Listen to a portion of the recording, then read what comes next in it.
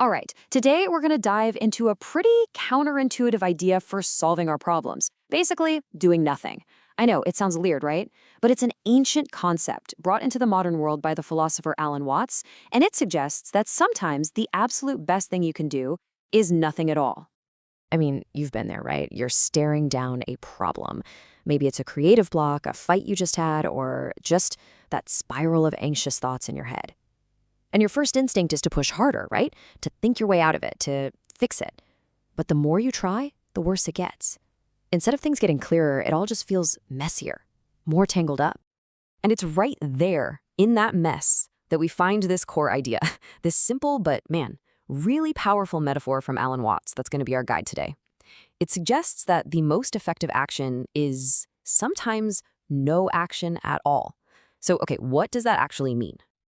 Okay, let's break this down. First up, the muddy water problem. We gotta really get what this is all about. And it's not just, a murky pond.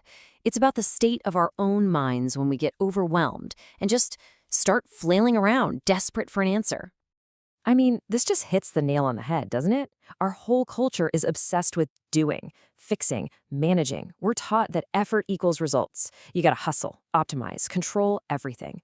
But what if that constant need to jump in and manage every little thing is actually creating the stress we're trying to get rid of? What if we're the ones stirring up all the mud? So, look, this idea isn't some new self-help fad. Not at all. The concept of letting things settle on their own has these incredibly deep, ancient roots.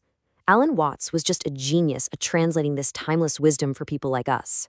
So let's go back, way back, and see where it all started. So this comes from the Tao Te Ching, written something like 2,000 years ago. This is the OG source of the muddy water metaphor. And Lao Tzu is asking this just huge question here. Who can wait quietly while the mud settles? Do we have the patience to just stop and let clarity emerge on its own, to wait for the right moment to act? And this whole idea is wrapped up in a core Taoist principle called Wu Wei. Now, this is super important. Wu Wei doesn't mean do nothing. It's often translated as effortless action. Think about it like a master sailor. They don't fight the wind, they use it. They adjust their sails and let the wind push them forward. That's Wu Wei.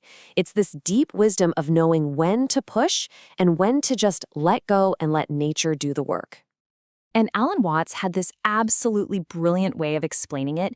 He compared it to swimming. If you fall into deep water and you panic, what do? You thrash around, you try to grab onto the water, and you sink. The only way to float is to do the opposite, to relax, lie back, and trust the water to hold you up. That is Wu Wei. It's this, radical act of trusting the process itself. Okay, so this all sounds great in philosophy books, right? But what about in our messy, complicated everyday lives? How does this actually work? Let's get really practical here and see where letting the mud settle can actually make a huge difference.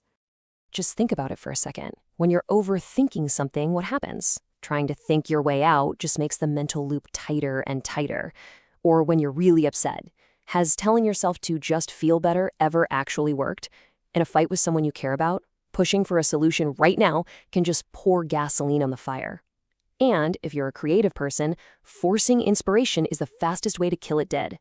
See, in all of these situations, our frantic effort is just stirring up more and more mud. All right, now this is a really, really important point. It's so easy to hear let it go and think it means give up. But that's a total misunderstanding of what this is about. This isn't about being passive or lazy. It's about being smart. It's about strategy, and it's about timing. So let's be super clear on this. What this is strategic waiting. What it isn't is giving up. It's about trusting the process, not doing nothing forever. It's about acting with clarity when the time is right, not being lazy or apathetic. See the difference? The goal is to act, but to act when your action will actually work, when it comes from a place of calm, not a place of panic. So here's the big takeaway from all this. That pause, the waiting, that is an action. It's a deliberate choice to create some space. And it's in that space that all the sediment of our confusion or anger or anxiety can just slowly settle to the bottom, leaving behind the one thing we were trying so hard to force, clarity.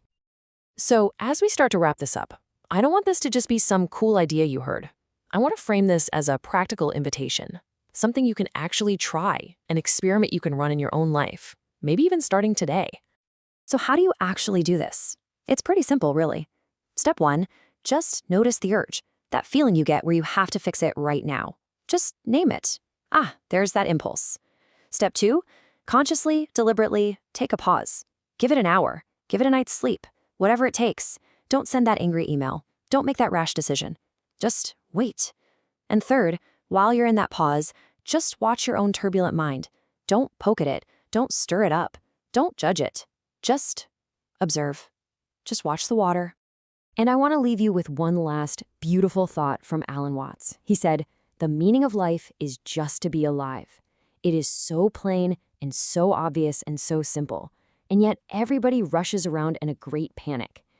What he's saying is that the peace and clarity we're all looking for, it's not something we have to go out and achieve through all this frantic effort.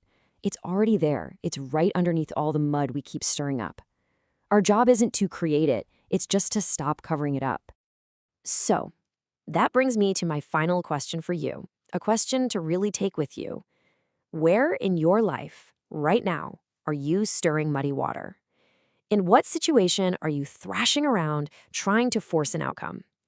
And what do you think might happen if you just, for a little while, found the courage to do nothing and just let the water clear all by itself?